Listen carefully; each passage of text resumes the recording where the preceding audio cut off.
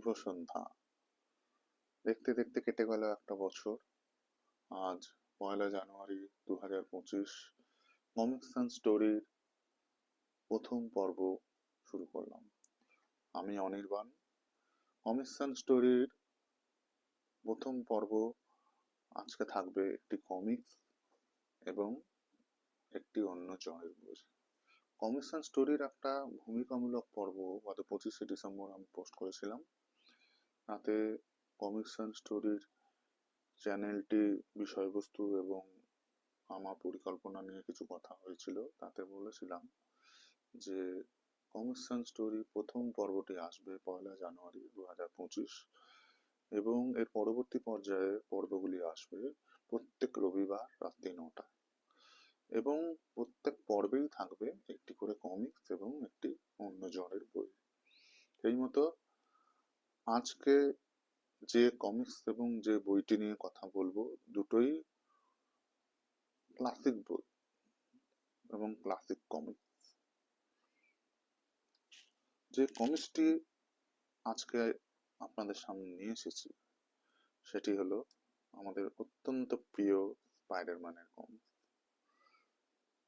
কমিক্সটির নাম Spiderman blue. এই স্রষ্টা হচ্ছেন টিম সেল এবং জেফ লোয়েব। জেফ লোয়েব হচ্ছেন রাইটার এবং টিম সেল হচ্ছেন আর্টিস্ট।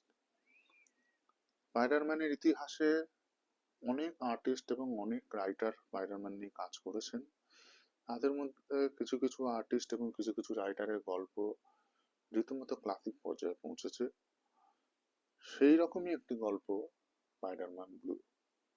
জেফ লোয়েব এবং টিম সেলের জুটি একসাথে আরো অনেক কমিক্সে কাজ করেছেন। এটি তাদের শেষ কাজ সুপারহিরো জনারের। অন্য কাজগুলির বিষয়ে আসবো পরবর্তী পর্বে।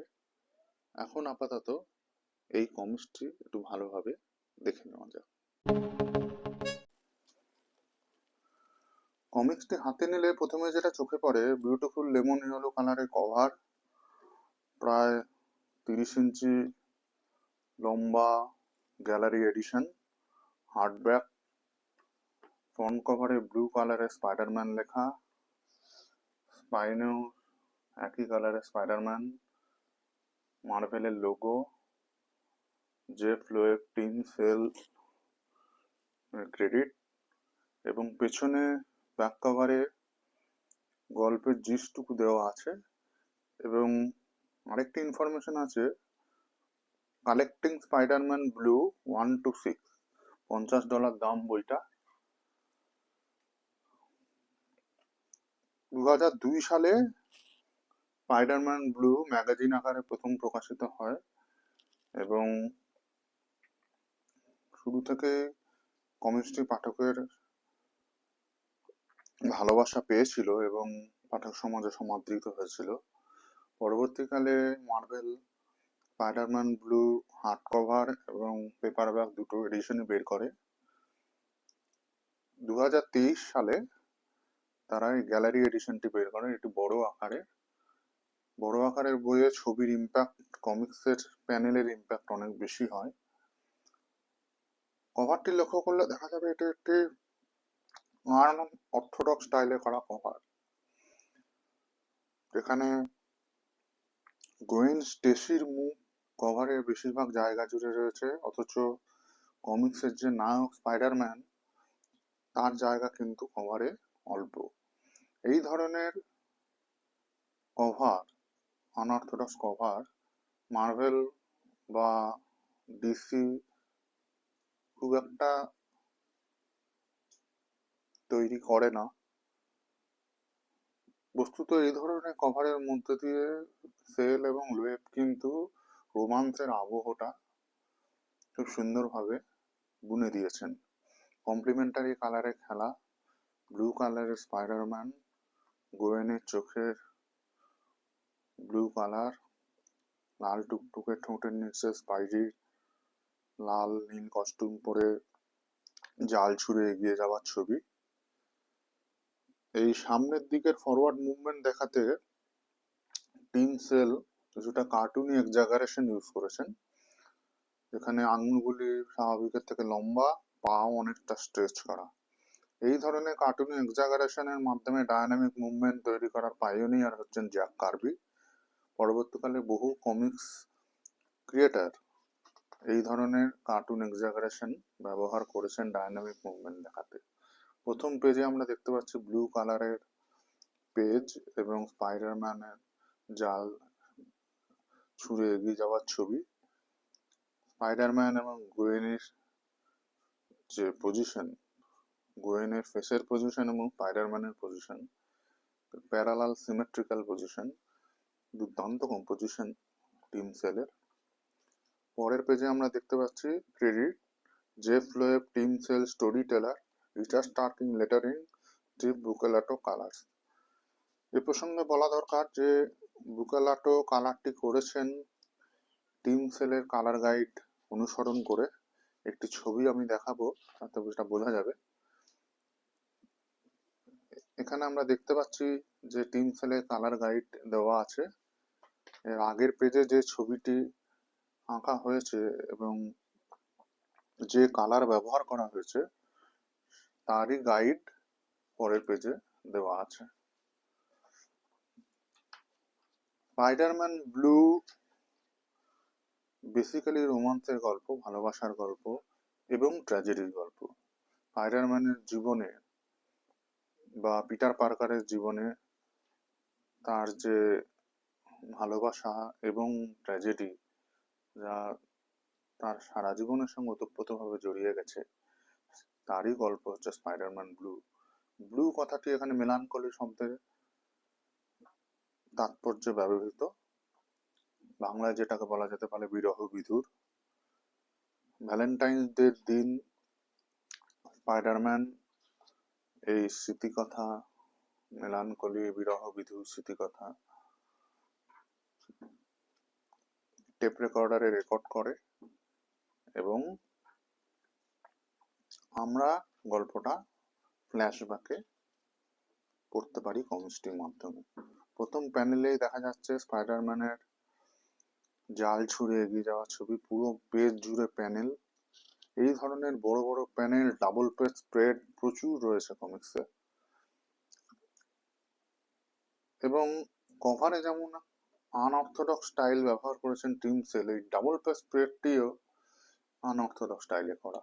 যেখানে একে তো ডাবল পেজ স্প্রেড কমিক্সে বিরল, তার উপরে স্পাইডারম্যান এই ডাবল পেজ স্প্রেডে পেছন ঘুরে আছে পাঠকের দিকে, তার মুখ দেখা যাচ্ছে না। এই ধরনের ডাবল পেজ স্প্রেড কমিক্সে বস্তুত একেবারেই বিরল। কিন্তু সেলের অনবদ্য ডায়নামিক মুভমেন্ট এবং কম্পোজিশনে এই প্যানেল দুটি ডাবল পেজের মাধ্যমে খুব সুন্দরভাবে ফুটে উঠেছে। কমিক্সটি শুরু হচ্ছে স্পাইডারম্যান কোনো একটা জায়গায় এসে পৌঁছেছে, একটি গোলাপ ফুল রাখছে। কোথায় সে এসে পৌঁছেছে সেটা পরের প্যানেলে দেখিয়েছেন। এই পেজের শেষ প্যানেলটি 16:9 রেশিওতে তৈরি করা, যেখানে স্পাইডারম্যান ফুলটি রেখে চলে যাচ্ছে, কিন্তু ফুল আর স্পাইডারম্যানের পজিশনটি খুব সুন্দরভাবে সম্পর্কে যুক্ত করেছেন টিম সেল। এবং এই একই প্লেনে থাকার দরুন স্পাইডারম্যান এবং গোয়েনের স্মৃতির উদ্দেশ্যে রেখে যাওয়া এই গোলাপ ফুলটি তাদের মধ্যে যে অচ্ছেদ্য বন্ধন, সেই বন্ধনটাকে কিন্তু এখানে ফুটিয়ে তোলে। ফুলটি হাওয়ায় উড়ে এসে জলে এসে পড়ে, জলে আন্দোলন হয়, ঢেউ ওঠে এবং গল্পটি শুরু হয়। পরের পেজে আমরা দেখতে পাবো গ্রিন গবলিনের বিরাট সারা পেজ জুড়ে তৈরি হওয়া মুখ, ওয়ার্ম কালারে তৈরি। এবং এই যে স্টার্ক ইম্প্যাক্ট, এই ইম্প্যাক্টটি কিন্তু সেলের মূল লক্ষ্য ছিল। রাতের ট্র্যাঙ্কুইল আবহ এবং পেজ টার্নিং করে গ্রিন গবলিনের এই মুখের যে ধাক্কা, সেই ধাক্কাটা কিন্তু তিনি পাঠকদের দিতে চেয়েছেন। তারপরেই কিন্তু বেশ কয়েকটি দ্রুতগতির অ্যাকশন সিকোয়েন্স আছে, প্যানেলের গতি বেড়ে যাচ্ছে, কমিক্সের গতি বেড়ে যাচ্ছে। এই অসাধারণ অ্যাকশন সিকোয়েন্স গুলি সেলের একটি বিশেষত্ব। ডায়নামিক মুভমেন্টের মাধ্যমে তিনি অ্যাকশন সিকোয়েন্স গুলি তৈরি করেন। এখানে একটি অ্যাকশন সিকোয়েন্স আমরা দেখবো যেখানে একটা বিস্ফোরক অ্যাকন ছুড়ে দিয়েছে গ্রিন গবলিন এবং স্পাইডারম্যান জাল দিয়ে সেই অ্যাকনটিকে ধরেছে এবং বেলুনের ঠিক উল্টো দিকে মুভমেন্ট, এই বিপরীতমুখী যে মুভমেন্টটা খুব স্পষ্টভাবে দেখিয়েছে সেল। অসাধারণ কিছু অ্যাকশন সিকোয়েন্স আছে। গোয়েনের সাথে প্রেমের গল্প শুরু হলো, একাধারে পিটার পার্কারের জীবনের রোমান্স এবং স্পাইডারম্যানের জীবনের শত্রুর সঙ্গে লড়াই পাশাপাশি চলতে থাকে এই কমিক্সটির মধ্যে। এবং একসময় কিন্তু দুটো ঘটনা, এই রোমান্স এবং স্পাইডারম্যানের যে শত্রু দমনের যে ঘটনা, সেটা কোইনসাইড করে এবং তখনই ঘটে ট্র্যাজেডি। পিটার পার্কারের কলেজ লাইফের সময়কার ঘটনা। এখানে আমরা কালার গাইড দেখতে পাচ্ছি।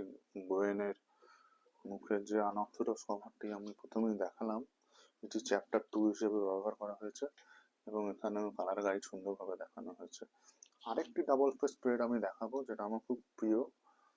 স্পাইডারম্যান উপর থেকে ঝুলছে, খবরের কাগজ পড়ছে, ডেইলি বাগল তারই তৈরি করা খবর, এবং যেখানে সে নায়ক হওয়ার কথা, মিস ইন্টারপ্রিটেশনের জন্য এবং ডেলিভারেটলি তাকে ভিলেন বানানো হয়েছে।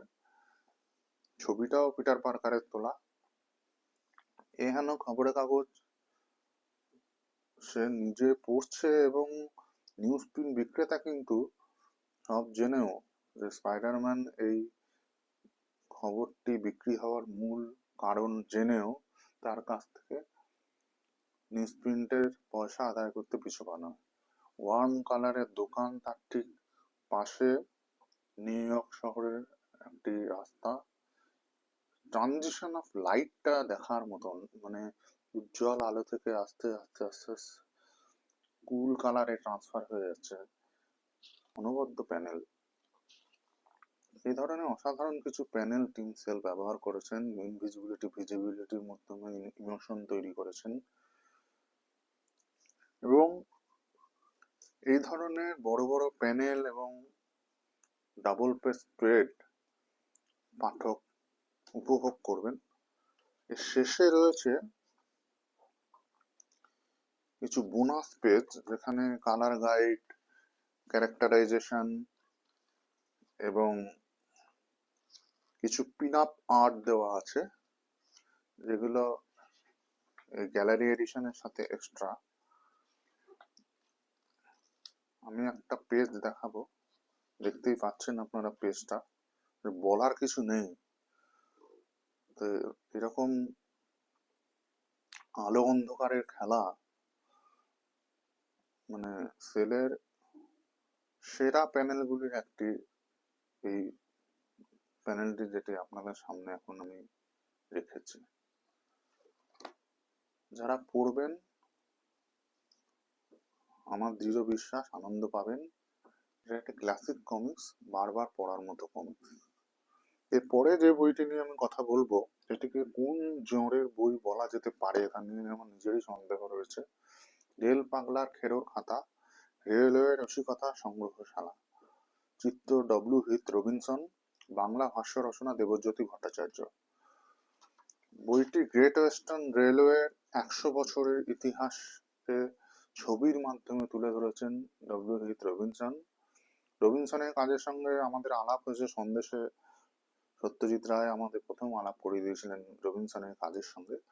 পরবর্তীকালে রবিনসনের আরো একটি বই বাংলায় প্রকাশিত হয়েছে, সেই বইটি সম্বন্ধে আমি পরে বলবো। আপাতত এই বইটি 1935 সালে এর ইংরেজি সংস্করণটি প্রকাশিত হয় এবং গল্পবিশ্ব 2023 সালে এর বাংলা সংস্করণটি বের করে। ভূমিকায় অল্প কথায় সুন্দরভাবে বইটির ইতিহাস বলা আছে। সূচিপত্রে রয়েছে প্রত্যেকটি ছবি এবং তার টাইটেল, এবং প্রত্যেকটি ছবির সঙ্গে রয়েছে সুন্দর ছড়াগুলি দেবজ্যোতি বাবুর তৈরি। দেবজ্যোতি বাবু আমার খুব প্রিয় লেখক। যারা ওনার বিশ্ববৈদ্য পড়েছেন তারা জানেন তিনি অসাধারণ মানের সাহিত্যিক, এবং এখানেও সুন্দর সুন্দর ছড়ার মাধ্যমে তিনি ছবিগুলোকে কমপ্লিমেন্ট করেছেন। ইঞ্জিনের আদি যুগ, ব্যর্থ পরীক্ষা, স্টেশন নির্মাণ চলছে, শহরের লোকগুলো কি করে কে জানে, নদী বেয়ে এসে ধেয়ে দড়িদড়া টানে, মাপজোক খোঁড়াখুড়ি, ছাতা হাতে ঘোরাঘুরি, রেলের স্টেশন নাকি হবে এইখানে। অপূর্ব সুন্দর ইভোকেটিভ স্টাইলে তৈরি করা বই, এবং ইলাস্ট্রেশন, টাইম টেবিল নির্মাণ, আদি যুগের সিগন্যাল, নাইট সিগন্যাল, রেলের ইতিহাস, প্রত্যেকটি ছবির মাধ্যমে রবিনসন খুব সুন্দরভাবে ফুটিয়ে তুলেছেন থার্ড ক্লাস যে কামরা, সেটা সেই সময় কিরকম ছিল, রীতিমতো ইন্টারেস্টিং। মানুষ এবং গরু একই সাথে রেলে যাতায়াত করছে, এখন ভাবাই যায় না।